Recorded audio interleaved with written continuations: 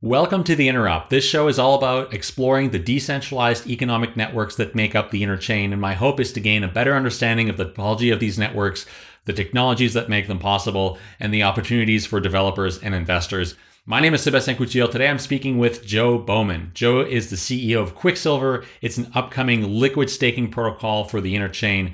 It's a project that I'm super excited about because I think liquid staking as a core primitive for DeFi opens up lots of opportunities for innovation in DeFi on the Interchain.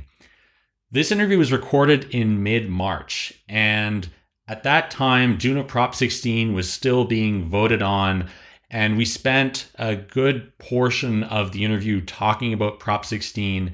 And so some of this conversation seems a bit dated, but I think fundamentally the core points we're trying to make about governance are still relevant. And then we spent a good part of the conversation also talking about Quicksilver, how it works, and the opportunities for DeFi in the Interchain. There were a number of issues here with this recording. Joe's internet kept dropping off, and so I've tried to make this as sort of coherent as possible with the edits, and also the interview drops off a bit abruptly at the end because his internet also dropped off towards the end of the interview. But I hope you'll enjoy this conversation nonetheless. I'm still figuring out this whole live stream video thing. I'm an audio podcaster, and so doing YouTube videos is still something that I'm figuring out. But thanks for sticking around as I'm learning to do this and sticking with me also throughout the little mishaps. So with that, here's my conversation with Joe Bowman. I'm here with Joe Bowman. He's the CEO of Quicksilver, which is a liquid staking protocol on Cosmos. And I'm going to be speaking to him today about, the Interchain, Interchain security, Interchain accounts, and also liquid staking. But I really want to dig into some of the technical bits here, because I think a lot of people have interviewed you and talked to you about liquid staking, and I don't want to diminish any of that of what you're doing, but I really want to get deep into how this all works, and particularly with all the updates and everything that are coming to Cosmos and that make this possible, and then maybe also more of the long-term implications for a native liquid staking protocol on Cosmos. You were working at Chorus One previously. Of course, those who know Epicenter also know Chorus One. So, it's kind of keeping it in the family here. What's the story behind how you got hired at Chorus? I think you were were you the first employee there? I was, I think the third employee at Chorus. So Felix, obviously, who is the CCO, joined just before me. And I think there was another technical guy, Amma, who joined slightly earlier. But yeah, obviously things didn't work out with him. So yeah, I think between myself and Felix, we were the long-term employees there that say lasted the stay. And Felix obviously lasted slightly longer than I did. And I was looking up before, and I realized I didn't really have a lot of your background, but you came from more web development, PHP, DevOps before getting into crypto. Yeah, so my kind of my training, what's called my master's degree, was in cryptography and forensics, and I went and worked with a private firm, but doing work with the police and central government for examining seized computers and doing computer forensics on those, which was a absolutely fascinating job, but also there was a lot of quite macabre stuff that it kind of coincided with the birth of my first daughter. So kind of that combination didn't work so well for me. So I kind of gave that in and went back to web development, which I was doing as a teenager when I was at school. So kind of from there, I stuck in web development for a while around PHP for my sins. And it was doing that I kind of I fell out of love with development a little bit. I think this whole notion of not building anything new and just coding something that other people have done a dozen times over didn't really appeal to me an awful lot. So I started, and this is kind of along the time of the advent of DevOps as a culture. And I started, looking into DevOps, and with the same company, kind of ended up progressing into a DevOps type role. And I eventually ends up becoming the manager of the production environments there at that company. So that was kind of my entry into DevOps. I did a period of time at a UK government health project called the 100,000 Genomes Project, which was in itself was a massively exciting piece of work, which was essentially taking the genomes of 100,000 patients with cancers and chronic illnesses, rare diseases, and kind of comparing those against a baseline good human DNA sequence, and then essentially using that for diagnostic medicine. So this is something that is the project's still ongoing. It's way surpassed this 100,000 mark now, but in terms of the kind of the magnitude of that project, I think the impact that could have in the future is going to be huge. And then from there, that's kind of when I came across crypto and started dipping my toes in the crypto pond via a friend I was working with at the time. And then I think I was looking for a job and came across the advert for Chorus, which was, we need someone who can do DevOps and is interested in crypto, and that kind of, I fit the bill perfectly for that. It was me, indeed. So there's other people from Chorus who are part of the Quicksilver team. I believe there's two other former Chorus employees that have left and are building Quicksilver, and now you've got, like, I think you said earlier, your team was 6 people. Yeah, so we've got Roya and Vish, who are my co-founders with me. They were both with me at Chorus. Vish is on the product side, Roya on the operations side. So between us, we kind of cover most of the bases of a new startup needs.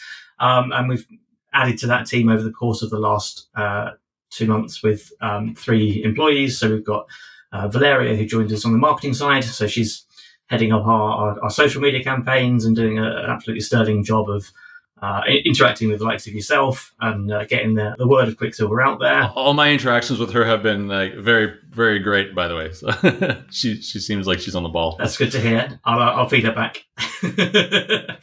And then we've also then got Billa and Maria, who have joined us in the last month on the technical side, and they're going to work with me to flesh out both back end and front end of the application, so that it's ready for these all the folks that in the ecosystem that want to use it hopefully in a few months' time.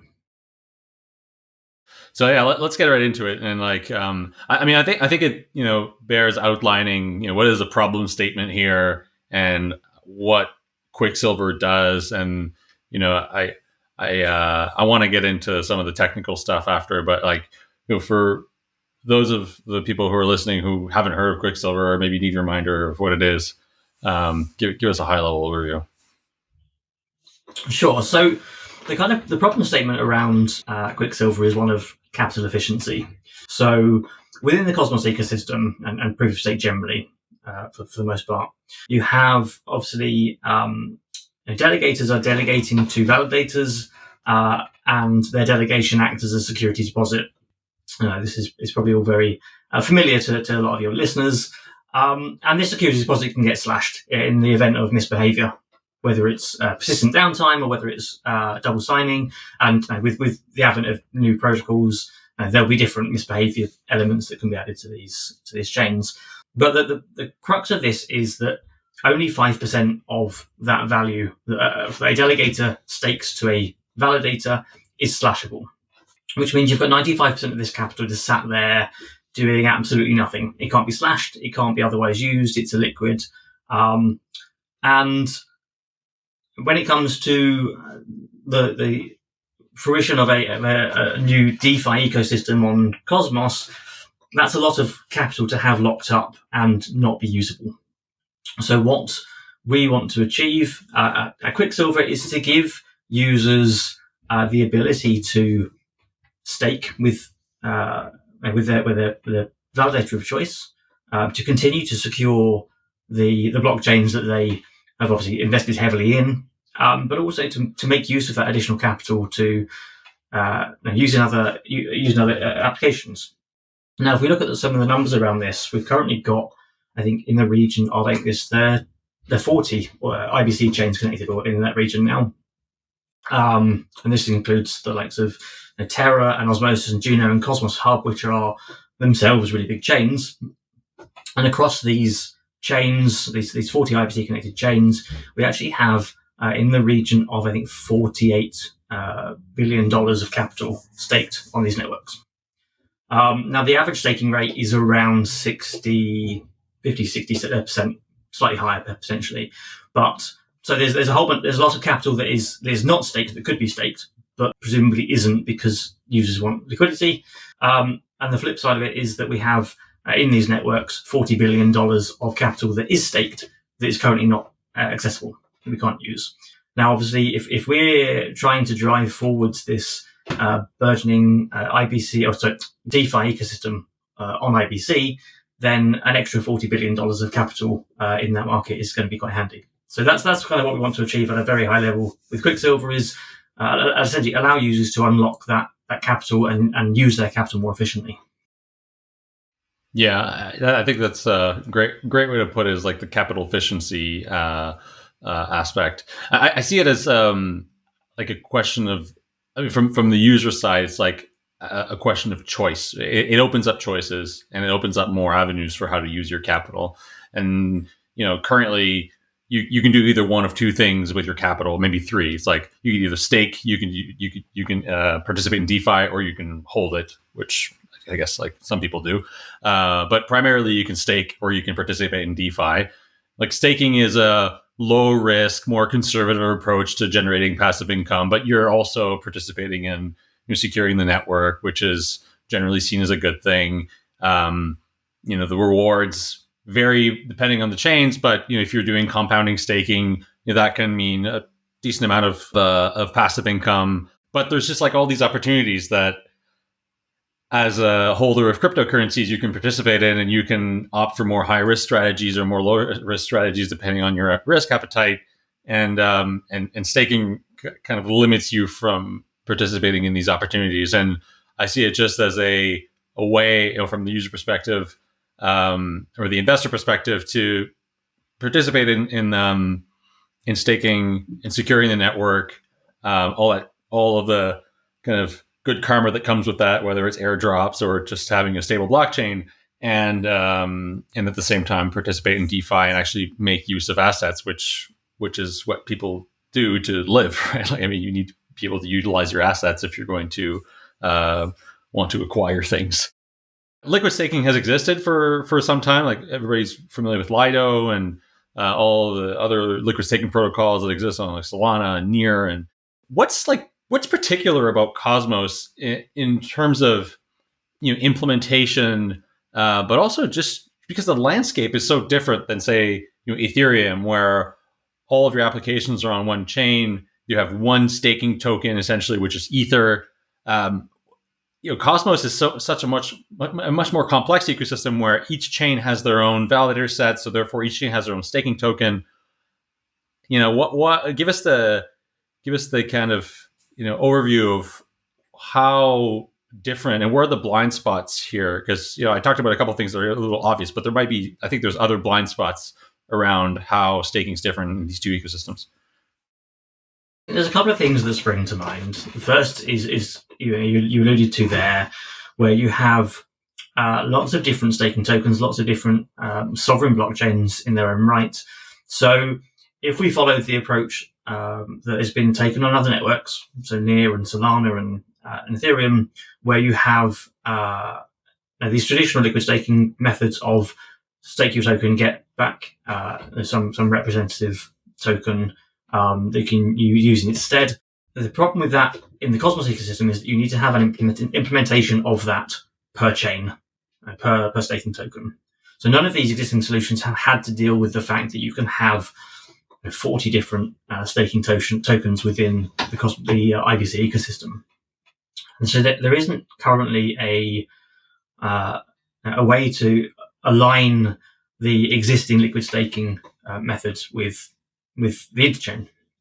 And I think the second fundamental difference between the Cosmos SDK based networks and things like Ethereum and Solana is this governance part of the network. And obviously, as we've seen in the last week, governance is incredibly powerful, an incredibly powerful part of the Cosmos SDK network. And it's one of those things that obviously is now at the forefront of everyone's attention because of Prop 16.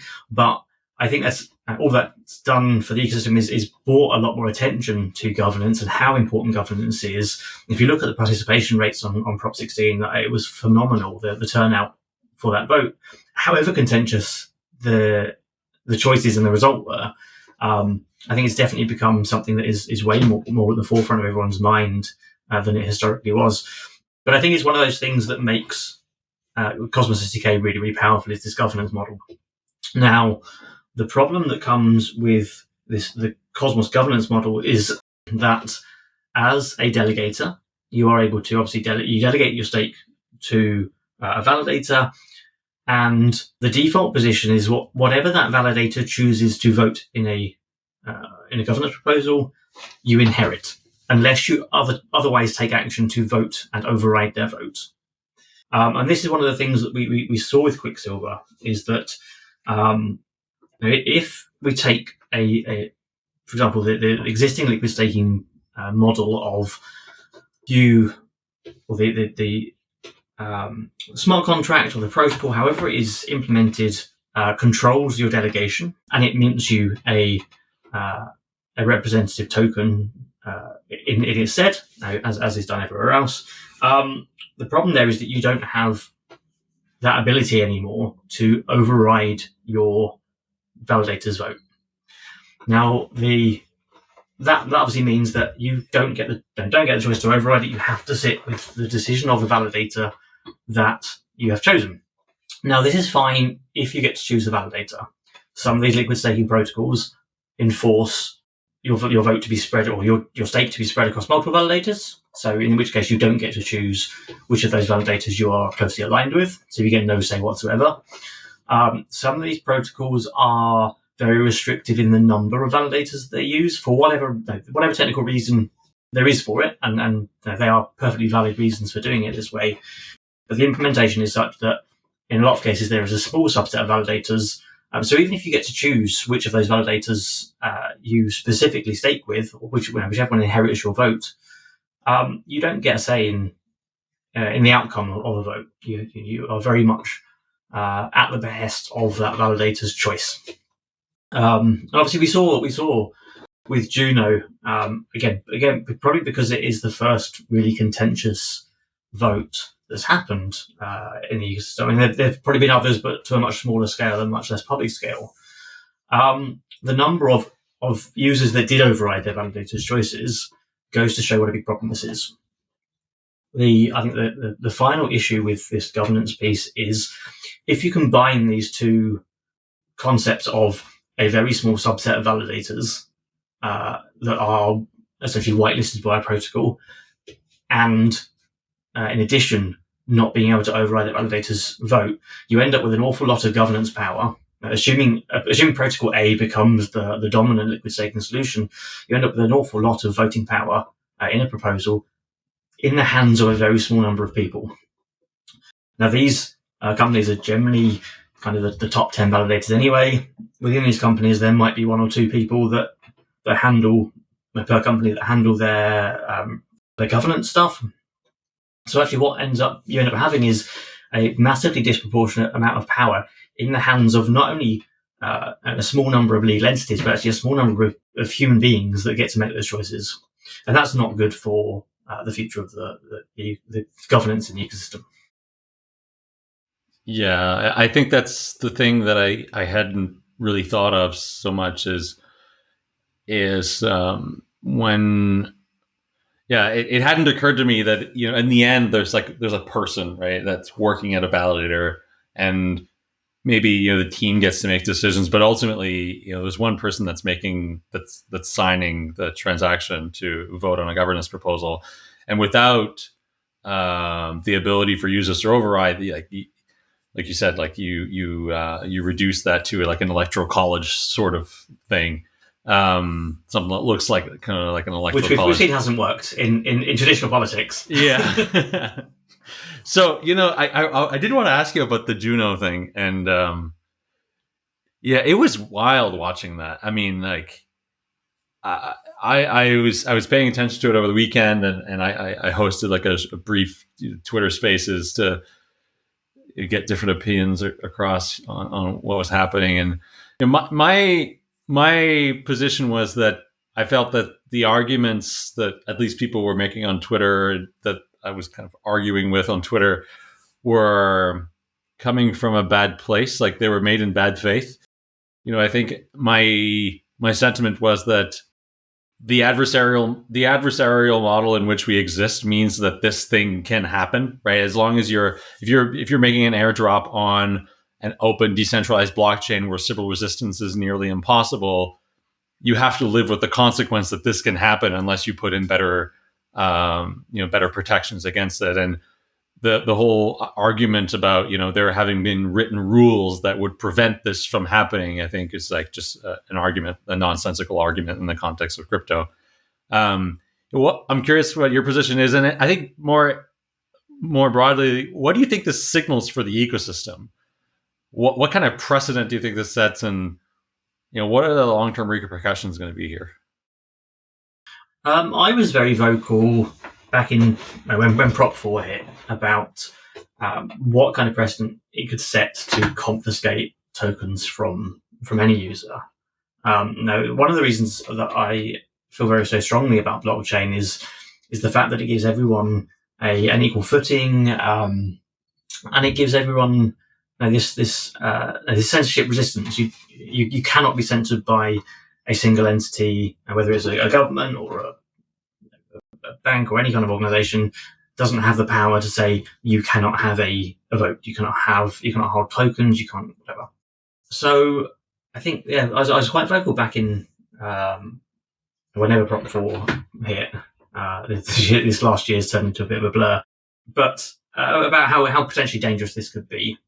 I don't think my position on that has changed, or how much weight CoreDev's opinion has, and how important it is for those governance proposals to be written in a way that is factual, not based on supposition, without emotion. And I don't think that happened this time around. And hopefully that's something that will come out in the wash, and we'll see a few more of these proposals come through, and we'll get to a place throughout the interchain where there is a de facto standard of this is what a good governance proposal looks like. I know that Gav from Figment was working on this early in the days of Cosmos with the Cosmos governance working group. And I know that they did a whole bunch of work around this, and it would be good to come to some acceptable standard across the ecosystem that all good governance proposals look like X. Yeah, I think that's important. Mind you, like even though I was opposed to the argument, like I thought the arguments weren't good, and like the information provided and sort of the context for the governance proposal was inaccurate. This is also part of the adversarial model, right? Like, I mean, this is also part of like the model in which we exist, and if governance exists, it can also it's also perfectly fine for it to have this impact. It's just too bad, I think, for the Juno ecosystem that we essentially had a governance proposal pass on I'd say some amount of misinformation and a badly drafted proposal. But yeah, let's. I'm curious to see what will happen now, because now we're going to have the implementation, and I think lots of debates can happen until then as to how this actually gets implemented, if it does. So from my personal point of view, just seeing how engaged the community was is absolutely fantastic. To see that kind of response on something that was so contentious is really awesome to see it all in progress. Yeah, so let's bring it back to Quicksilver. I just wanted to talk about that real quick. But so Quicksilver is, I think if I'm right here, there's two fundamental technologies that make Quicksilver possible. interchain security and interchain accounts. Am I missing? Are there other things that I'm missing here, or that's kind of the crux of it? So interchain security in itself is not a required dependency. It's something we've chosen to use, and we'll come on to that kind of in a I guess a later piece. But interchain accounts is the crux of it. That's the main thing that makes this possible, is the fact that a sovereign zone in the IBC ecosystem can now, using interchain accounts as of IBC version 3, can control accounts on other blockchains. And this is something that previously you could do some implementation of a multi-sig that was controlled by a bunch of different validators. And that's one of the technical reasons that some of the existing solutions have a small subset of validators, is because they use a multi-sig to control where deposits or how deposits are handled in other chains. So the fact we can have this validator set of 125 plus, however many, 100 plus validators, and they come to consensus over what this account is going to do because of the logic on the chain, it's implemented in the module.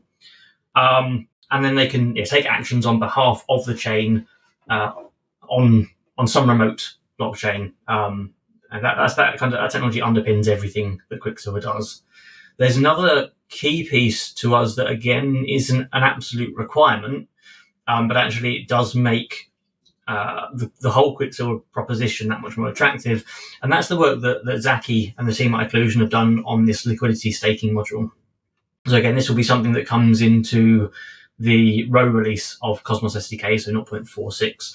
And this essentially allows you to tokenize your delegation and convert your delegation without unbonding into tokens that are specific to you and the validator that you have delegated to, and then you can send those tokens to another account. So what we do when you're on board to Quicksilver is those tokenized delegations get sent to the Quicksilver deposit account. And that deposit account is an interchain account that is controlled by the Quicksilver validator set. On the Quicksilver zone, you then get minted the corresponding number of Q atoms for an example of Cosmos Hub. Internally, those tokens then get reconstituted back into delegations, and they are managed by what we call delegation buckets, which themselves are interchain accounts. So there's a whole bunch of interchain accounts used for deposits and delegation management, and we kind of rebalance things across them to make sure that the distribution is as equal as possible. But it's those fundamental technologies of interchain accounts and this liquidity staking module from Occlusion that underpin Quicksilver. Now, we could have done Quicksilver without liquidity staking, but it just you would have had that age-old issue of having to unstake and forego rewards before you can jump back into the protocol. So Quicksilver, consequently, Quicksilver can only launch after the Rho upgrade. I thought it was Theta, but I guess now. So what you're telling me is it's actually Rho that will make it possible.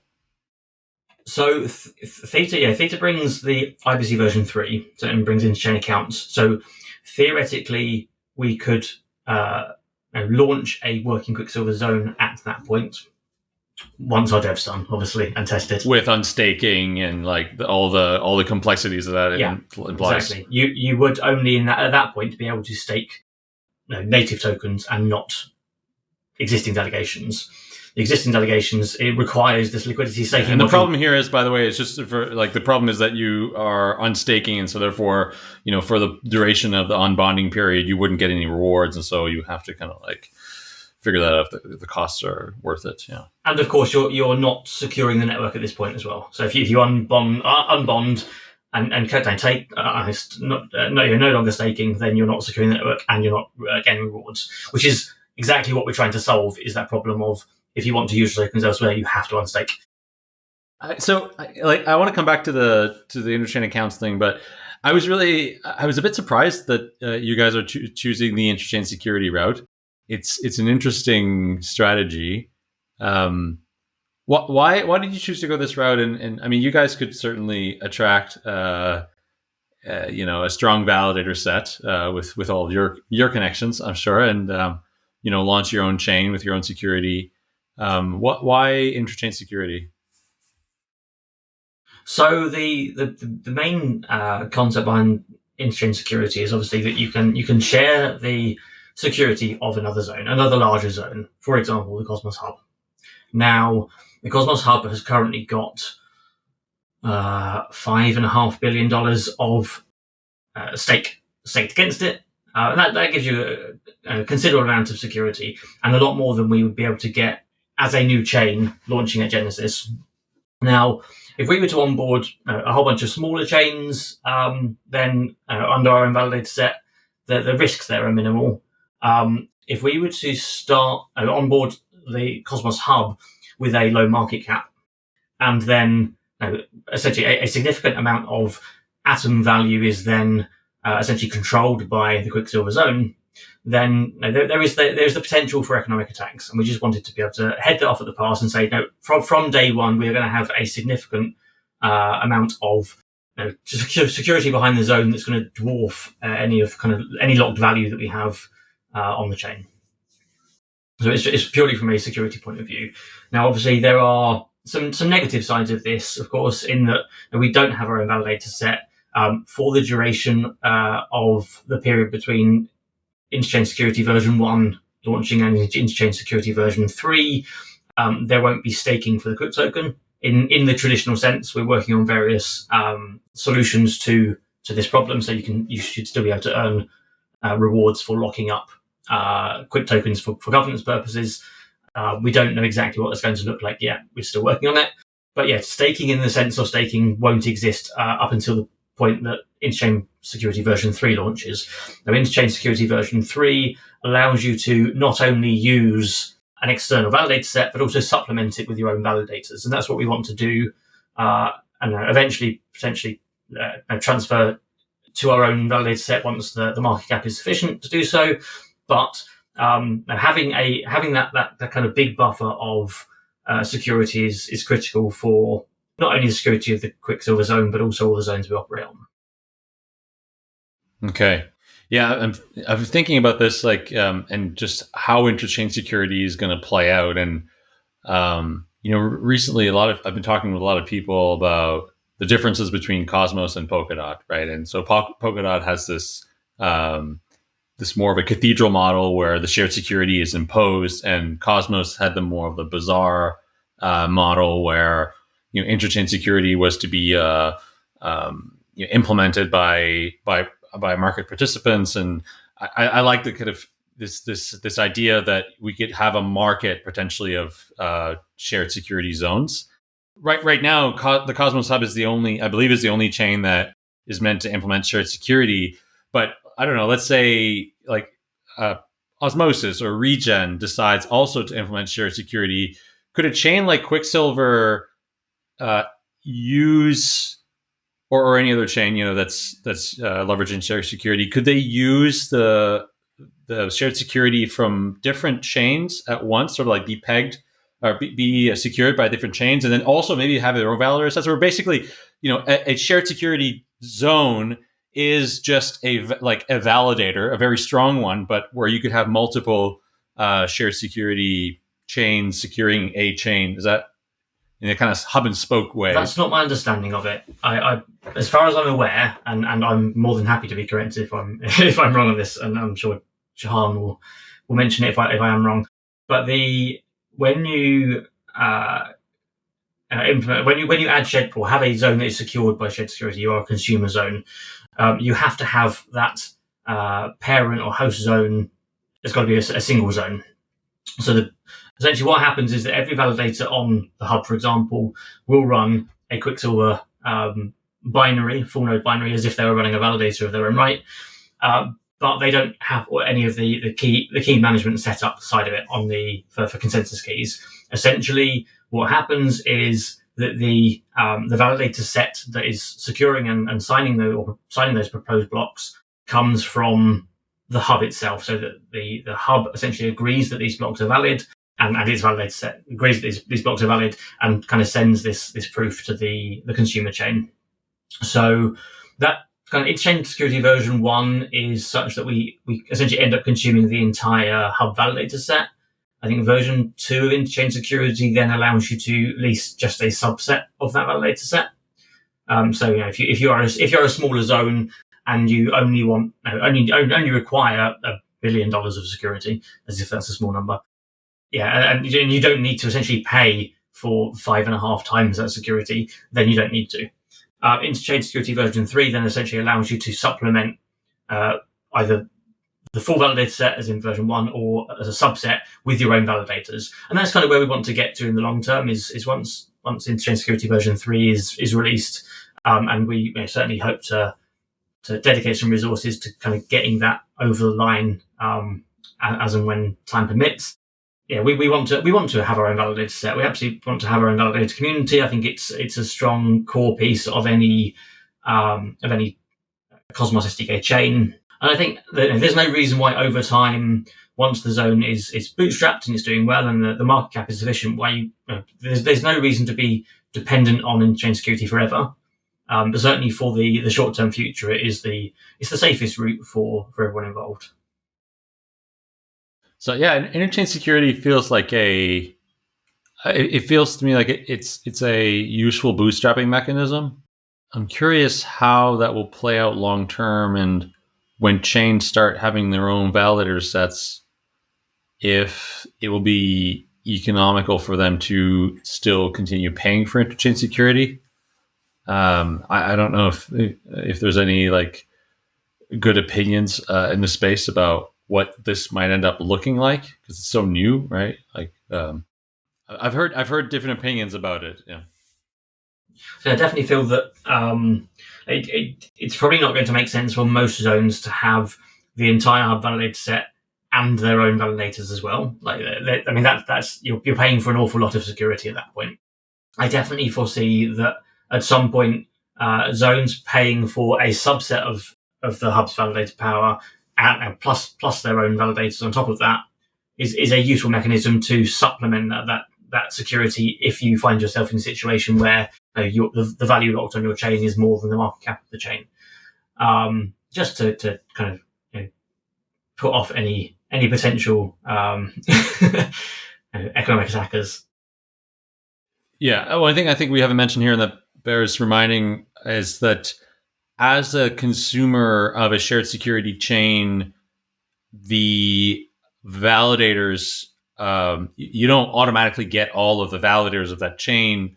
The validators have to choose to validate your chain, and so it's at best, all of the chain, but probably more like a subset of the validators will choose to validate those chain to validate the consumer chains.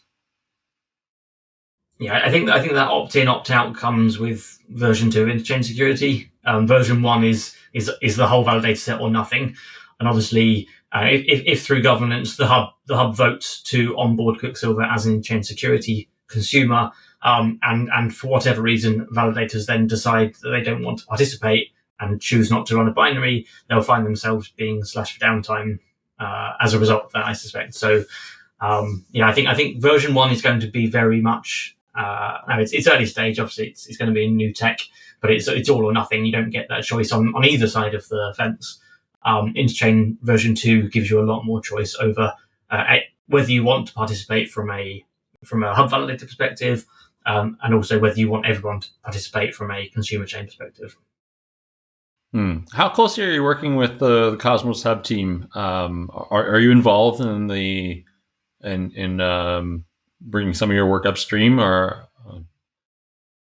So there is a specific piece of work that we are working with at the moment with Jack and some of the other guys who are playing around with some of this cross-chain stuff. So one thing that is required for Quicksilver to work properly is what we call interchain queries. And this is something that has been kind of discussed on and off a few times, and there's never really been a use case for it until now. But essentially, with in-chain accounts, obviously we can submit transactions to an account on the remote chain, but actually there's no way using IBC to say what is the balance of my account. Now, actually, because it's a query and you're not submitting any data to that chain, it would be an incredibly inefficient and expensive way of doing things if you were to submit a transaction to that chain every single time you wanted some data. So interchain queries are essentially half an IBC transaction, where you submit a query to or emit the query to the relayer. The relayer then queries an RPC interface, gets the data returned, gets the cryptographic proof of that data's authenticity returned. It then packages that up, sends it back to your chain as a transaction where you can consume it for whatever you need it for. So we use it for balances, for rewards balances for our delegations.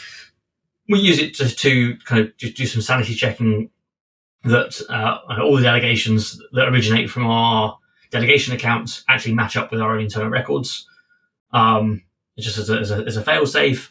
And obviously, when it comes to people making deposits to the deposit account, we essentially watch that account for inbound transfers so that we can see when those delegations hit, and we can handle them appropriately. So this whole concept of interchain queries that hasn't really been a thing at the moment. We're working at the front of that with Jack Zamplin, and there's been some other folks involved as well. And hopefully that will get wrapped into the Go relayer before too long. But there's obviously a whole bunch on the IBC spec side to nail down to make sure that it's something that's going to be consistently implemented everywhere. But yeah, hopefully that code will get pushed upstream sooner rather than later, and we'll have a nice, consistent implementation of it for everyone to use. And so, with regards to interchain accounts, the way that Quicksilver uses interchain accounts is it effectively, the stake that is on the host chain. So we have atoms. Those, I've got some staked atoms. I want to participate in liquid staking. So I will use the liquid staking module. The liquid staking module, once enabled, will provide me a staking derivative that represents my stake. Once I've got that, I put it into Quicksilver, and then with interchain accounts, interchain accounts will be used to control that stake, whether it's like governance, for example, like participating in governance. You'll use interchain accounts to be able to send messages to the other chain. What else? Like unstaking, I guess. But the interchain accounts essentially allows you to control the stake that is locked on the other chain. Yeah. So essentially the delegation, or the tokenized delegation, is controlled by this interchain account. The interchain account is then able to do delegations, undelegations, withdrawing rewards, and then obviously delegating, auto-compounding those rewards, which we do on an epochly basis. Voting governance. Oh, that's cool. So you're going to do auto-compounding? Yes, yeah, absolutely. So essentially a Q atom and an atom, when a zone is first onboarded, there will be a one-to-one essentially ratio between the values of these assets. Those assets will differ as soon as that first epoch has hit, and we withdraw the rewards and we recompound them. Then the Q assets then essentially have a greater number of underlying atoms that they represent. So that ratio changes. When you want to kind of cash out your original assets, you burn your Q atoms. You will then get the number of Q atoms you held times this, what we call redemption rate, which is obviously now greater than 1, and then you'll get 1.0 something atoms per Q atom back again. So you get your original capital back plus any rewards that have been gained on that capital in the meantime. Slashing works in the same way, in that if there is a slashing event on any of the accounts, any of the delegation accounts, or any of the delegations that Quicksilver controls, that slashing event will cause this redemption rate to be reduced. So you then post slashing, if you came to cash in your Q atoms, you'll get slightly less atoms back as a result of that slashing event. But that, by virtue of this redemption rate, it means that both rewards and risk are socialized across all users of Quicksilver. So actually, regardless of, whilst you can signal which validators you want your stake to be staked with, you get the same reward regardless of who you stake with. So you essentially get a proportional return from the rewards that the entire protocol withdraws for that epoch. As a token holder, again, I like to put myself in the perspective of like the user and what this is going to look like from the user's perspective. So I've got some staked atoms. Let's say, okay, 100 every epoch. Those atoms get compounded, and so therefore, whatever Q atoms I had access to, so the 100 Q atoms I had access to when I delegated at first. Well, there's more atoms in the being delegated there than I have Q atoms. Am I, as a user, can I just say like, will that show up in my wallet where I can now take those Q atoms and move them out? Or yeah, is that how it works? Yeah. So if you hold your Q atoms and you want to exit your position, you essentially submit a transaction called message redemption request. You specify the number of Q atoms you want to burn, and then you essentially get credited back the requisite number of atoms, i.e. your original collateral plus any rewards you've earned in the meantime, and sadly minus any slashing that's happened, unfortunately as well. But you essentially you get back this redemption rate times whatever you burn, basically. What's this going to look like? I mean, what's the user interface? Will it be integrated into Kepler, or will you have kind of your own website, web app with which you connect to, where you connect with Kepler? What's the UX look like? Yeah, so at the moment this is kind of very early stage, but there will be a web app for sure. That's absolutely guaranteed. That web app, you'll be able to essentially manage any via Kepler, be able to manage any chain on which we have onboarded. So if you want to on any onboarded chain, you want to convert your existing stake and move it over to Quicksilver and mint some Q assets for that chain. It should be in theory, a two signature job, I think. Yeah, you do the liquidation and the transfer. So it's two signatures to get that, or two transactions to get onboarded. And then once you're onboarded, there'll be places or there'll be pages within that application to do governance on that remote chain. Obviously, to do governance on the Quicksilver chain as well, because that's going to be a key part of running the chain is making sure that we're voting to do things like tweak parameters if we want to decide to do different portions of rewards or whatever, to onboard new zones. So every new zone that we onboard and every airdrop that gets put through will be the result of a governance proposal.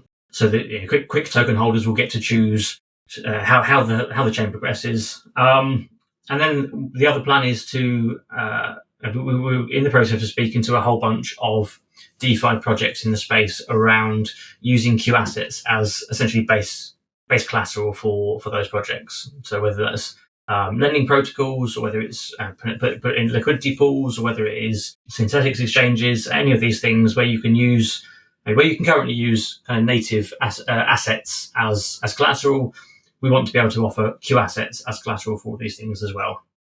Yeah, in the same way that you can use like ST ETH and Aave, or like absolutely exactly the same. Yeah.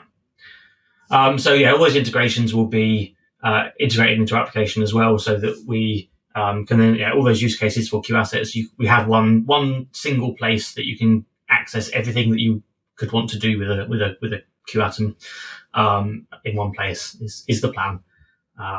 We'll kind of see how that evolves over time. The DeFi use cases for this here are okay. So you can use your Q assets to as collateral in a lending protocol. You could probably also participate in liquidity pools. Are there other, because of the architecture of Cosmos and the way that each chain is application specific, are there other use cases that Quicksilver enables that are Cosmos specific? This is where I would normally defer to Vish and ask him what the answer is.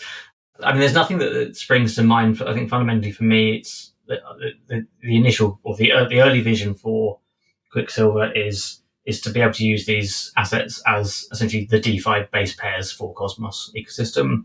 But I mean, I guess who knows what comes out in the long term of the zone.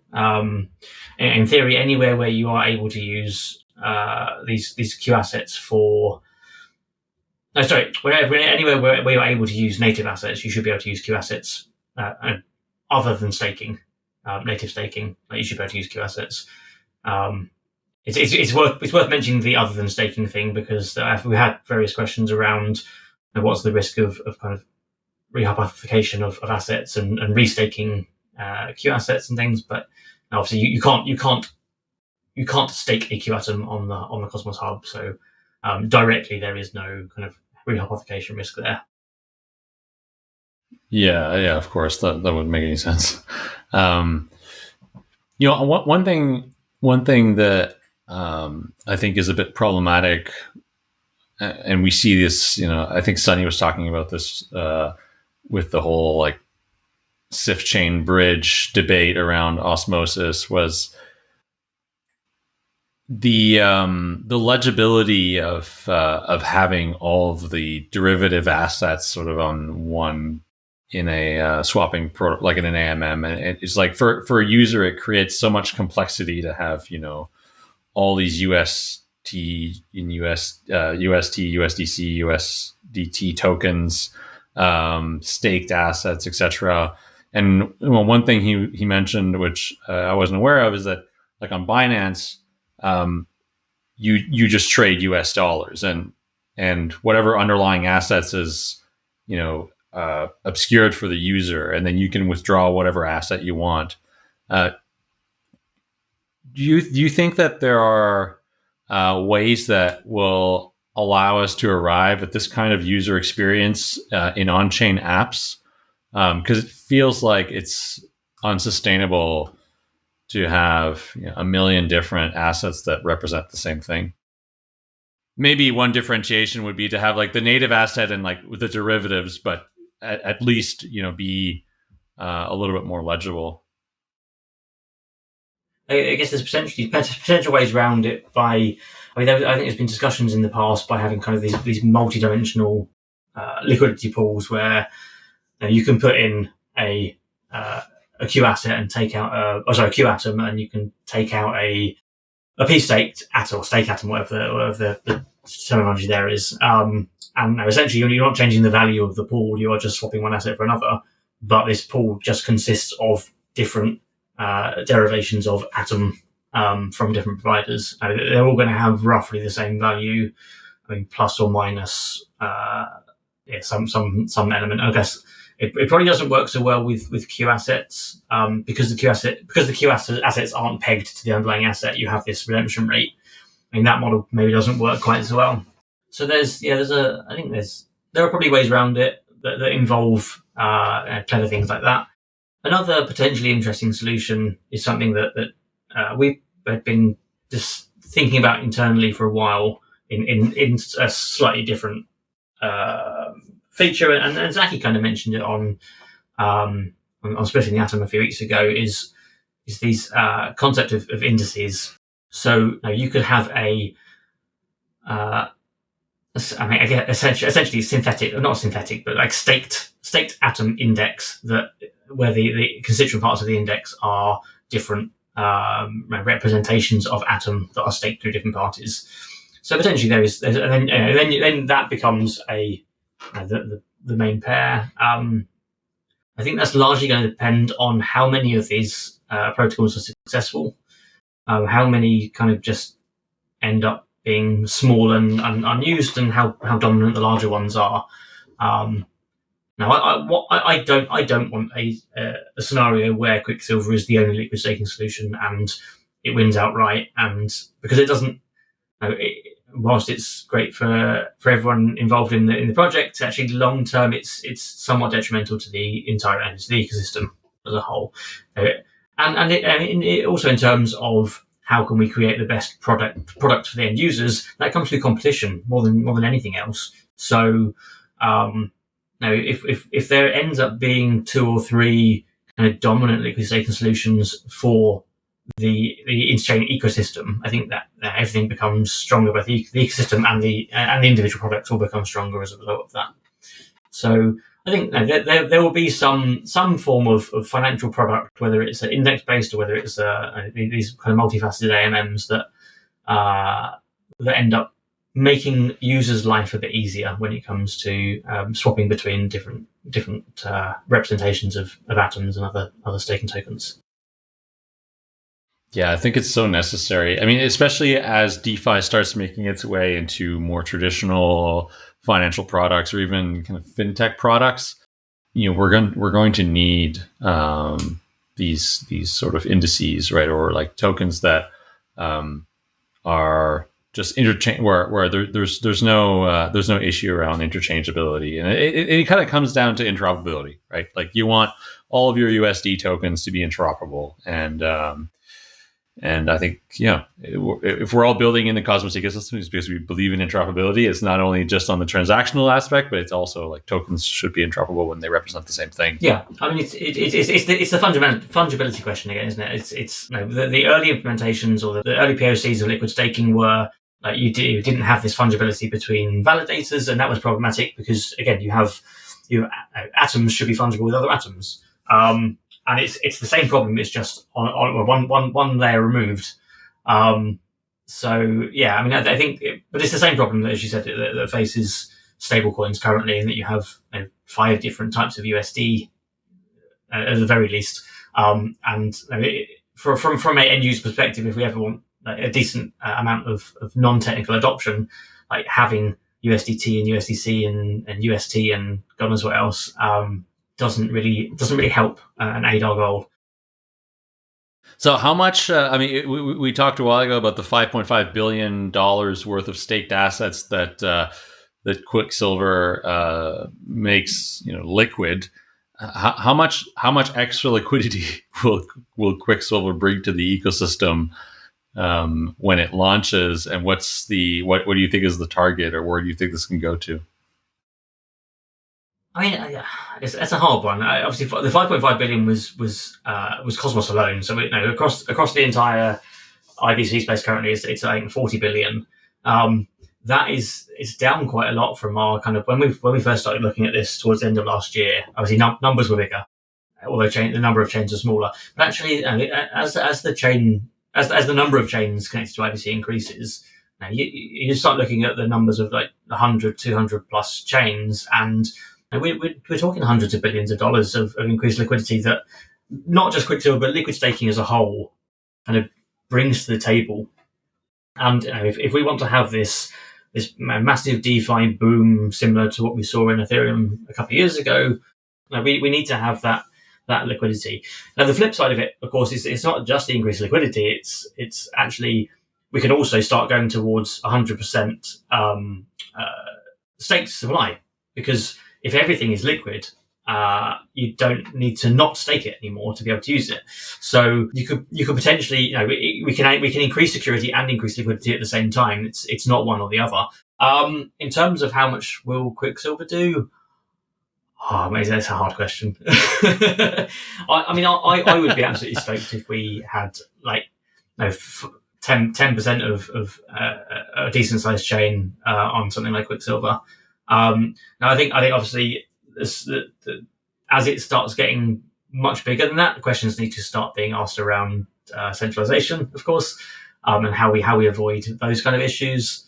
But at the same time, if you're then your zone is controlled by 100 validators, there's protocol risk, but I think the risk of having one individual party run away with the prize isn't a concern. But yeah, no, it does raise a whole bunch of other questions around how big can a liquid staking protocol safely get, that I'm sure will come out and will have to be answered in the long term. Look forward to those. Yeah. I mean, I'm also looking forward for competition in the space. I think that competition will only make everything better, and we'll make every protocol compete for like a better product, better UX. So yeah. I think, I think we covered most of it. We're at an hour and 10 minutes. Thanks. Thanks for doing this. And I'm really, really happy to be, to be taking part in this adventure. And happy to help you guys any way I can. And look forward to having this come out in June. I think June is the release date, right? Or is when you're targeting to launch?